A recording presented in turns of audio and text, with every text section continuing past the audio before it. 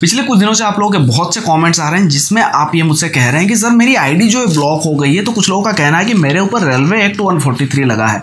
आखिर ऐसा क्यों हो रहा है, क्यों आईडीज़ को रेलवे ब्लॉक करी, इसके बारे में जानेंगे। साथ ही अगर आपका आईडी ब्लॉक नहीं हुआ है तो ऐसा क्या आपको नहीं करना है जिससे फ्यूचर में आपके ऊपर रेलवे एक्ट 143 या तो फिर आपकी आईडी जो है ब्लॉक नहीं होगी, ये जानेंगे। साथ ही जानेंगे ये भी कि अगर एक आईडी ब्लॉक हो गई है और उसमें पहले से टिकट्स बुक हो रखे हैं तो उन टिकट से क्या यात्री ट्रेवल कर पाएंगे या नहीं, हर एक जानकारी आज आपको मिलने वाली है। सबसे पहले मैं आपको बता दूं, रेलवे ने यानी कि आईआरसीटीसी ने खुद कहा 2015 से लेकर 2021 के बीच में 37 लाख, इन 6 सालों में 37,44,995 आईडी को रेलवे ने ब्लॉक किया है। क्यों हुआ है मैं आपको बता देता हूं, उसके पीछे का भी रीजन। पर्सनल आईडी का मतलब होता है आप अपना या अपने परिवार के लोगों का टिकट बुक करने के लिए उसका इस्तेमाल कर सकते हो।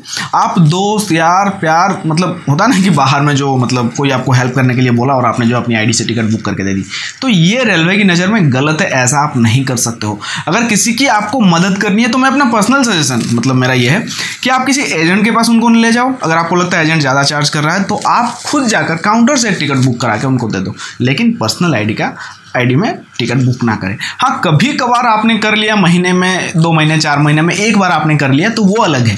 हमेशा अक्सर अगर आप इस तरह से खुले दिल से किसी की मदद कर रहे हो तो आपके ऊपर रेलवे एक्ट 143 या तो फिर आपकी आईडी ब्लॉक हो सकती है। दूसरा जो रीज़न है दोस्तों कि कुछ ऐसे आईआरसीटीसी के एजेंट्स होते हैं जो ट्रैवल एजेंट होते हैं, उनके पास उनका एक अपना आईडी होता है, एजेंट आईडी, लेकिन उस आईडी में वो लोग तत्काल टिकट बुक नहीं कर पाते हैं क्योंकि सुबह के 10 बजे एसी क्लासेस के लिए जब बुकिंग शुरू होती है तो उनकी आईडी 10 बजे लॉगिन नहीं होगी, उनकी आईडी लॉगिन होगी 10:15 और 11 बजे जो नॉन एसी की बुकिंग होती है तो उसके 15 मिनट बाद उनकी आईडी लॉगिन होगी। अब 15 मिनट में जाहिर सी बात है 2 मिनट में टिकट्स खत्म हो जा रहे तो फिर 15 मिनट तक बचेंगे क्या, नहीं बचेंगे। तो ऐसे में ये लोग क्या करते हैं, अपना ना सही किसी का आधार कार्ड पैन कार्ड वगैरह लेके एक अकाउंट क्रिएट करते हैं, उसमें इस तरह के टिकट्स बुक करते हैं। तो ये जो एजेंट्स की आईडी है ये रेलवे की नज़र में जल्दी आते हैं क्योंकि ये जो टिकट्स बुक करते हैं अक्सर जो यात्री ट्रेवल कर रहे होते हैं उनका सरनेम अलग होता है।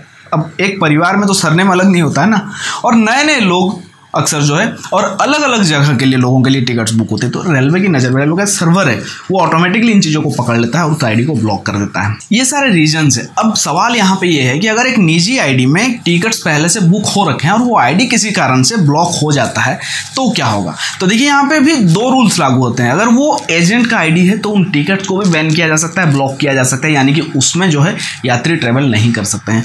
अगर कोई जो है मतलब पर्सनल आईडी है, कभी कभार किसी का टिकट बुक किया, इस रीजन की वजह से रेलवे जो आईडी को ब्लॉक करता है तो उसमें जो टिकट्स है उनमें वो ट्रेवल कर सकते हैं। ऐसा भी हुआ है। अच्छा, अब आप पता कैसे करोगे कि आपकी टिकट जो है वो मतलब उसमें आप ट्रैवल कर पाओगे या नहीं। तो इसके लिए आपको मैं यहाँ नंबर्स दे रहा हूँ, आप इनमें से किसी भी नंबर पे कॉल करें, आप पूछ लें कि आपकी पीएनआर जो है मतलब वो सही है तो आपका टिकट आप उसमें ट्रैवल कर पाओगे, तो तब वो लोग वहाँ से कंफर्म कर देंगे। कुछ यात्रियों के साथ ऐसा भी हुआ है कि वो एजेंट के पास गए, टिकट बुक कराएं, उस टिकट से वो ट्रैवल करने की कोशिश करते हैं और रेलवे एक्ट 143 उन पर लग जाता है। ऐसा भी हुआ है, मेरी पर्सनल किसी से बात हुई है, उनके साथ ऐसा हुआ था। तो इससे बचने के लिए भी एक तरीका है। यहाँ मैं आई कार्ड में एक लिंक दे देता हूँ, आप उस लिंक में जाइए, देखिए, पता करिए। वो आईआरसीटीसी की ऑथोराइज्ड एजेंट अगर है और वो कुछ गलत करता है तो उसमें बचने के चांसेस आपके पास होते हैं। अब रही बात, आपने किसी की मदद करने के लिए अपने अकाउंट से किसी के लिए टिकट बुक कर दिया और आपके ऊपर लग गया रेलवे एक्ट 143, तो ऐसे में बचने का एक रास्ता है, मैं आपको बता देता हूँ। थोड़ा सा डिफिकल्ट है लेकिन यही एक रास्ता है। आपने जिनकी मदद की थी उनको बोलना होगा कि वो आके बोलें कि ऐसा है कि मैं खुद नहीं जा पाया या मेरी पर्सनल आईडी नहीं है, तो इसने मेरी सिर्फ मदद की थी और मेरे से कोई एक्स्ट्रा अमाउंट नहीं लिया था। आपको एक्स्ट्रा अमाउंट भी नहीं लेना है। अगर आप एक्स्ट्रा अमाउंट लेते हो तो फिर तो आप तो सज़ा के हकदार हो क्योंकि पर्सनल आईडी से आप बिजनेस कर रहे हो। तो वो व्यक्ति अगर ऐसा बोलते हैं तब जाके आप यहाँ पे बच सकते हो। अगर आपको ये सब लफड़े में नहीं पड़ना है तो अपना और अपने फैमिली मेम्बर्स का ही टिकट बुक कराएं, दूसरों का नहीं। बस सिर्फ इतना ही। उम्मीद है आपके सवालों के सारे जवाब जो है आपको मिल चुके हैं।